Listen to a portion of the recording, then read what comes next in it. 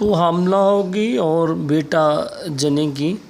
آج کی دوسری تلاوت مقدس لوکا کی انجیل، اس کا پہلا باب 26ویں آیت سے لے کر 38ویں آیت تک۔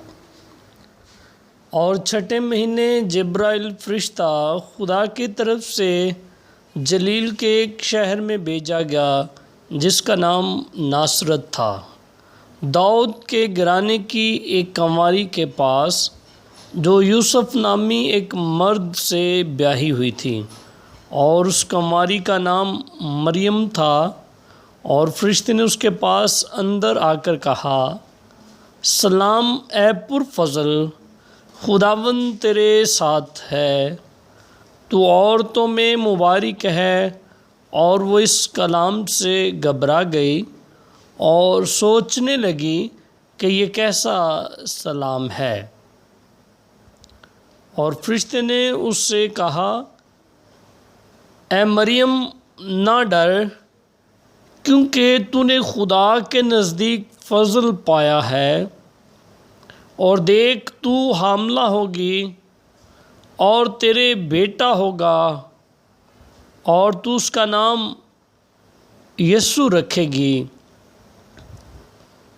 وہ بزرگ ہوگا اور حق تعالیٰ کا بیٹا کہلائے گا، اور خداوند خدا اس کے باپ داؤد کا تخت اسے دے گا، اور وہ یعقوب کے گھرانے میں ہمیشہ تک بادشاہی کرے گا، اور اس کی بادشاہی کا آخر نہ ہوگا۔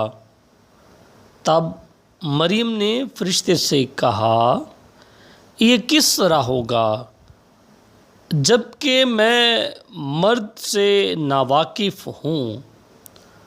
اور فرشتے نے جواب میں اس سے کہا، روح القدس تجھ پر نازل ہوگا، اور حق تعالیٰ کی قدرت تجھ پر سایہ ڈالے گی، اور اس سبب سے وہ قدوس مولود خدا کا بیٹا کہلائے گا۔ اور دیکھ، تیری رشتہ دار الزبات کے بھی بڑھاپے میں بیٹا ہونے والا ہے، اور یہ اس کا جو بانجھ کہلاتی تھی 6واں مہینہ ہے، کیونکہ خدا کی کوئی بات ہرگز بے قدرت نہ ہوگی۔